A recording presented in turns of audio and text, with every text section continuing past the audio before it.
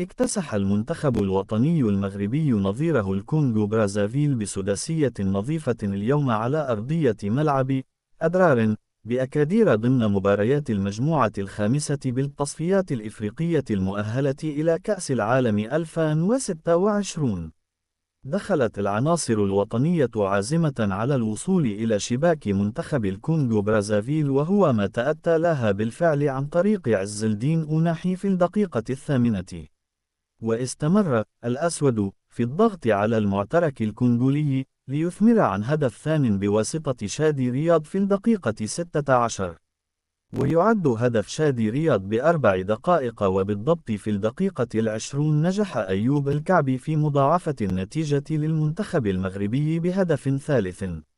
وشن منتخب الكونغو برازافيل بعض الهجمات المرتدة، إلا أنها لم تقلق راحة ياسين بونو حامي عورين الأسودي. وفي الدقيقة 39 أضاف أيوب الكعبي الهدف الرابع للمنتخب المغربي في شباك منتخب الكونغو برازافيل. بداية الشوط الثاني عرفت استمرار السيطرة المغربية التي شهدها النصف الأول من اللقاء. وفي الدقيقة 53 سجل أيوب الكعبي الهاتريك الشخصي له في المباراة والخامس للمنتخب المغربي عبر رأسية بديعة. وبعد دخوله بدقيقة سجل سفيان رحيم الهدف السادس للمنتخب المغربي في شباك الكونغو برازافيل في الدقيقة 62.